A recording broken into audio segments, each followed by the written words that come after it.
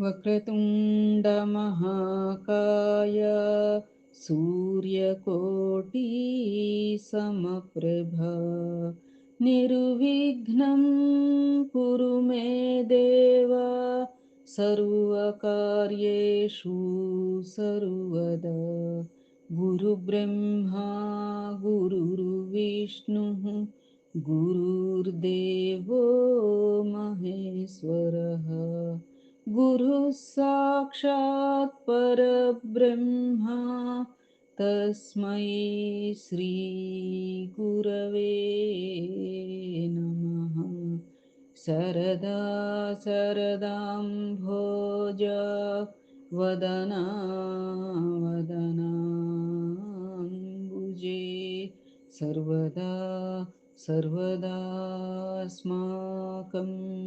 सन्निधिः सन्निधिं क्रियात् वागर्धाविव सम्पृक्तौ वागर्धप्रतिपत्तये जगतः पितरौ वन्दे पार्वती परमेश्वरौ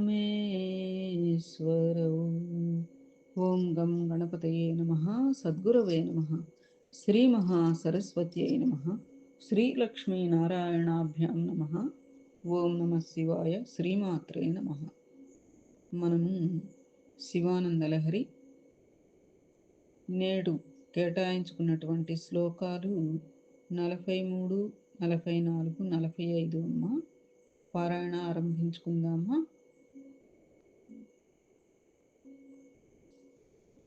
మా గచ్చస్త్వమితస్తతో గిరిశభో మయి ఏవ వాసం కురు స్వామిన్నాదికిరాతమామకమనః కాంతారసీమాంతరే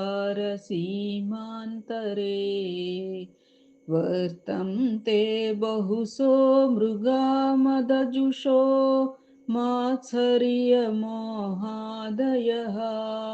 तान् हत्वा मृगया विनोदरुचितालाभं च सम्प्राप्स्यसि.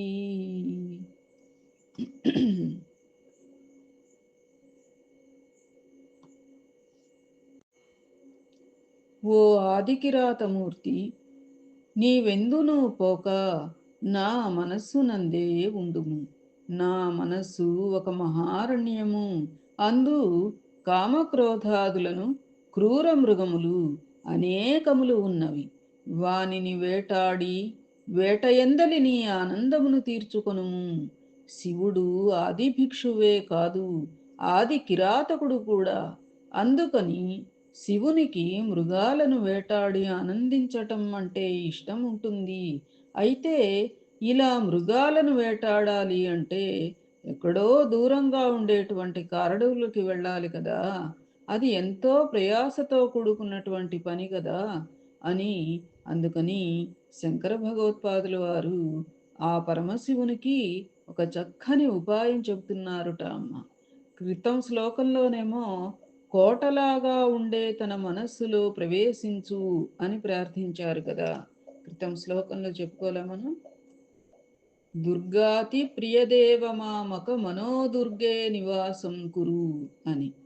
ఆ యొక్క దుర్గా అంటే నీకు ఇష్టం కదా అని అక్కడ 2 విధాలుగా చమత్కరించారు. దుర్గాదేవి కదా, అమ్మవారు కదా.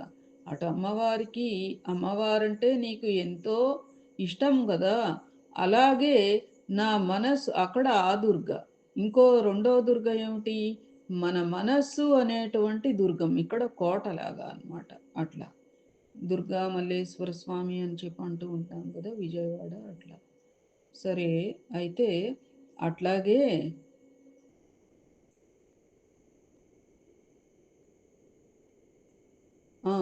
క్రితం శ్లోకంలో కోటలాగా ఉండే తన మనస్సులో ప్రవేశించు అని ప్రార్థించారు. ఈ శ్లోకంలో మృగాలను వేటాడి వినోదించడానికి చాలా అనువుగా తన మనస్సు అనేటువంటి అరణ్యం ఉంది అని చెప్పి అంటున్నారట. మనందరి గురించే అంటే పరోక్షంగా మన మనస్సు అనేటువంటి అరణ్యం ఉంది కదా, అందులోకి ప్రవేశించు స్వామి అని మనం వేడుకోవాలి. అరణ్యంలో చెట్లు చేమలు దట్టంగా ఉన్నట్లే మన మనస్సు కూడా ఆవేశకావేశాలు, ఉద్రేకాలు, ఆలోచనలు అనే చెట్లు చేమలతో దట్టంగా పేరుకుపోయి ఉన్నది. అరణ్యంలో లెక్కలేనన్ని క్రూర మృగాలు ఉన్నట్లే మన మనస్సు అనే అరణ్యంలో కూడా కామ, క్రోధ, లోభ, మద, మాత్సర్యాది మృగాలు ఉన్నాయి అన్నట్లుగా. అరణ్యం సూర్యకిరణాలు కూడా ప్రవేశించలేనంతగా దట్టంగా ఉంటుంది. అట్లాగే మన మనస్సు కూడా వివేక విజ్ఞాన ప్రకాశం లేకుండా అవిద్య అనేటువంటి పెంజీకటితో నిండి ఉంటుందిట. అందుకని అరణ్యానికి ఉండవలసినటువంటి అన్ని లక్షణాలు కూడా తన మనస్సుకే ఉన్నాయి కాబట్టి అనవసరంగా ముసలి ఎద్దును ఎక్కి ప్రయాసపడి దూరంగా ఉండే అరణ్య ప్రవేశం చేయనక్కర్లేదు స్వామి. తన మనస్సు అనే అరణ్యం సిద్ధంగా ఉంది. వెంటనే ప్రవేశించి ఆ అరణ్యంలో ఉన్నటువంటి మృగాల వేటలో వినోదాన్ని పొందు అని చెప్పి ఆ యొక్క శంకర భగవత్పాదులు వారు పరమశివునికి సూచన చేస్తున్నారుట అమ్మ. అంటే మనస్సులోనే శివుడు ఎప్పుడూ ఉండిపోవాలి అనేటువంటి పరోక్ష భావన ఇక్కడ మనం తెలుసుకోవాలి. అంతేకాక ఆ మనస్సు అనే అరణ్యంలో ఉంటూ ఆయన మరి ఆది కిరాతకుడు కాబట్టి వేటాడటం అలవాటు కాబట్టి ఆ మనస్సు అనే అరణ్యంలో ఉంటూ ఆ అరణ్యంలో ఉన్నటువంటి క్రూర మృగాలు అనేకం ఉన్నాయి కదా మనలో. ఏమిటవి? అరిషడ్ వర్గాదులు అటువంటివి ఎన్నో ఉన్నాయి కదా. ఆ క్రూర మృగాల్ని హాయిగా వేటాడుతూ ఇక్కడే ఉండు. ఎందుకు ఆ ముసలి ఎద్దునెక్కి ప్రయాసపడి ఎక్కడికో దూరంగా వెళ్ళి ఎందుకు ఆ వేటాడటాలు అవన్నీ? ఏకంగా నా మనసులోకి వచ్చేసి ఇక్కడే ఉండి బోలెడన్ని ఉన్నాయి నాయన క్రూర జంతువులు అని చెప్పి ఆ మనస్సుని శివుడు ఎలా వినియోగపరుచుకోవాలనుకున్నాడో అందుకు తగిన విధంగా వసతులు కల్పించాలి అని పరోక్షంగా ఆ భావన కూడా మనం తీసుకోవాలి. అది. ఓం నమ శివాయ. శ్రీమాత్రే నమ. తదుపరి శ్లోకానికి వెళదామా? ఇది చిన్న శ్లోకం, అంటే ఎక్కువ సరే చెప్తా. करलग्नं मृगः करीन्द्रभङ्गो घनशार्दूलविखण्डनोस्तजन्तुः गिरिशो विशदाकृतिश्च चेतः कुहरे पञ्चमुखोऽस्ति मे कुतोभिः. ఓం నమ శివాయ. శ్రీమాత్రే నమః. చేతి ఎందు మృగము కలవాడును, గజాసురుని సంహరించినవాడును, ఘనుడైన వ్యాఘ్రాసురుని ఖండించినవాడును, అంతమును పొందిన ప్రాణి సముదాయము కలవాడును, తెల్లని శరీరము కలవాడును, కొండయందు నివసించువాడును అగు పంచముఖుడు శివుడు నా హృదయమను గుహయందు విరాజిల్లుతూ ఉన్నాడు. ఇంకా నాకే భయమును లేదు. శివునికుండే లక్షణాలన్నీ సింహానికి బాగా చెల్లుతాయి అని, అటువంటి శివుడు అనే సింహం నా హృదయం అనే గుహలో ఉండగా ఇంకా నాకేం భయం అని చెప్పి అంటున్నారు శంకర భగవత్పాదుల వారు. సింహం పంజా విసిరి లేడిని అవలీలగా పట్టుకుని ఉంటుంది. అటువంటి లేడి శివుని చేతిలో కూడా ఉందిట. అంతే కదా. చేతిలో మృగమును ధరించినవాడు అని మనం గత శ్లోకాలలో చెప్పుకున్నాం. లేడి అనేది అమాయకత్వానికి, జ్ఞానానికి, వినయానికి, ఇలా అన్నిటికీ కూడా పరోక్ష చిహ్నం ఆ యొక్క లేడి అన్నమాట. అందుకని అంటే ఏమిటి, అట్లా అటువంటి వాళ్ళందరినీ కూడా నేను తన చేతిలోనే పెట్టుకుని అంటే అంతటి రక్షణ కలగచేస్తాను అనేటువంటి భావనగా లేడిని పట్టుకుని ఉంటాడు అని కూడా మనం గత శ్లోకాలలో చెప్పుకున్నాం. అట్లా శివునిచే అటువంటి లేడి ఏమిటి, సింహం పంజా విసిరి లేడిని అవలీలగా పట్టుకుంటుంది. అటువంటి లేడి శివుని చేతిలో కూడా ఉందిట.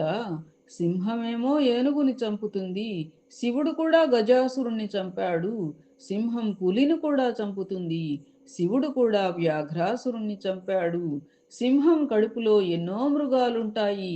అలానే శివుని కడుపు నిండా స్థావర జంగమాత్మకమైన విశ్వం నిండి ఉంటుంది. సింహంలాగే శివుడు కూడా కొండ మీద ఉంటాడు. సింహం తెల్లహా ఉంటుంది.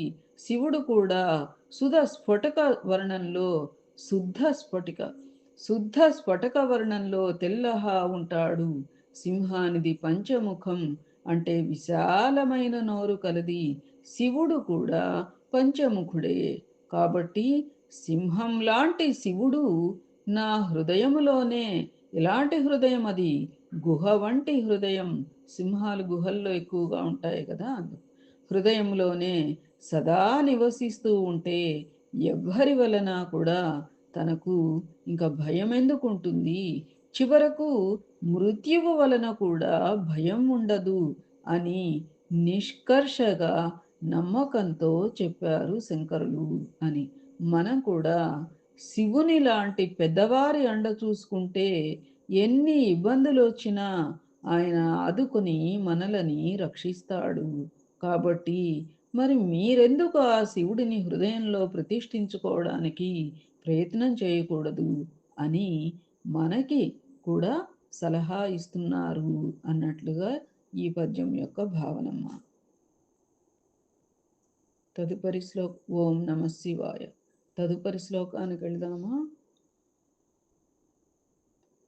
ఛందస్యాభిషిఖాన్వితైర్ద్విజవరైః సంసేవితే శాశ్వతే సౌఖ్యాపాదినిఖేదభేదిని సుధాసారైః ఫలైర్దీపితే చేతః పక్షిశిఖామణే త్యజ వృథా సంచారమన్యైరలం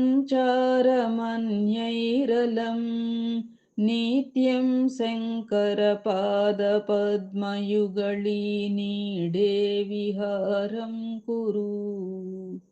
ఓం నమ శివాయ. శ్రీమాత్రే నమః. ఓ మనస్సు అనడు చేతక పక్షి కాదమ్మా, ఓ మనస్సు అనడి పక్షి, ఇటు అటు తిరిగి ఏల శ్రమపడదు. పరమేశ్వరుని పాదద్వంద్వము ఒక చక్కని పక్షిగూడు వలె ఉన్నది. దానికెన్నడును చలనము లేదు. అందు మంచి వెలుతురు గలదు. అది మిక్కిలి సౌఖ్యమునిచ్చును. అమృత ఫలము కలిగి దుఃఖ నివారకమయ్యున్నది. అందు విహరించి ఆనందింపుము. అనేక ద్విజసత్తములు ఆయా శాఖాగ్రములకు సంబంధించి ఉండి దానిని ఆశ్రయించుచుందురు. నీవును ఇతర ఆశ్రయము వదిలి దానిని ఆశ్రయించుము అని. అంటే ఇంతవరకునేమో శివుడిని వేటగానితోనూ ఆది భిక్షువుతోనూ సింహంగాను వర్ణిస్తూ వచ్చినటువంటి శంకరాచార్యుల వారు ఈ శ్లోకంలో మనస్సుని ఒక పక్షిగాను, శివుని పాదార విందములను ఆ పక్షి ఆశ్రయించవలసిన గూడుగాను అభివర్ణిస్తున్నారు అన్నట్లుగా. పక్షి ఏం చేస్తుంది? ఒక చోట అది స్థిరంగా ఉండదు, ఎప్పుడు ఇటు అటు తిరుగుతూ ఉంటుంది కదా.